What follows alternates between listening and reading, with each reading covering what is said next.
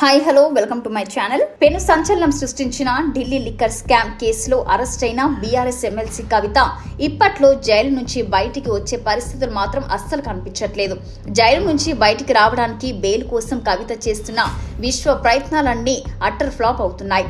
ఎందుకంటే ఈ కేసులో కవిత పాత్ర కీలకంగా ఉందని ఈడీ, సిబిఐ బలమైన ఆధారాలు చూపిస్తుండటంతో కోర్టులో వరుస షాక్లు తగులుతున్నాయి. మంగళవారం నాటితో సిబిఐ, ఈడీ కస్టడీ ముగియడంతో ప్రత్యేక కోర్టు రౌస్ అవెన్యూ కోర్టులో హాజరుపరిచి మరో 14 రోజులు కస్టడీకి ఇవ్వాలని దర్యాప్తు సంస్థలు కోరగా కోర్టు అనుమతించింది. మే 7 తారీఖు వరకు కవిత కస్టడీలోనే ఉండనున్నారు. కోర్టు ఆదేశాల మేరకు కవితను మళ్లీ తిహార్ జైలుకు సిబిఐ అధికారులు తరలిస్తున్నారు. కాగా ఈసారి కవిత విషయంలో ఎలాంటి కొత్త విషయాలను ఈడీ, సిబిఐ అధికారులు జత చేయలేదు. మరోవైపు కవిత కస్టడీ అవసరం లేదంటూ ఆమె తరపు లాయర్ వాదించినప్పటికీ సాక్ష్యాలను తారుమారు చేసే అవకాశం ఉందని, కేసు విచారణ పురోగతిపై ప్రభావం ఉంటుందని, కాబట్టి మళ్లీ కస్టడీకి ఇవ్వాలని ఈడీ న్యాయవాది కోరారు. ఈ వాదనల అనంతరం కేసు దర్యాప్తు పురోగతిని ఈడీ అధికారులు కోర్టుకు అందజేశారు.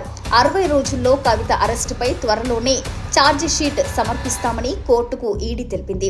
సాక్ష్యాలను తారుమారు చేస్తారని, అరెస్టు చేసిన రోజు నుంచి ఆరోపిస్తున్నారనే విషయాన్ని మరోసారి కవిత లాయర్ కోర్టుకు వివరించారు.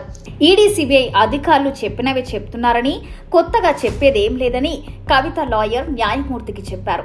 ఇలా ఇరువురి వాదనలు విన్న తరువాత కవితను కస్టడీ ఇవ్వడం జరిగింది. ఇలాంటి మరిన్ని అప్డేట్స్ కోసం మన ఛానల్ ని సబ్స్క్రైబ్ చేసుకోండి, లైక్ చేయండి, షేర్ చేయండి, పక్కన ఉన్న బెల్ ఐకాన్ క్లిక్ చేయడం మాత్రం మర్చిపోకండి.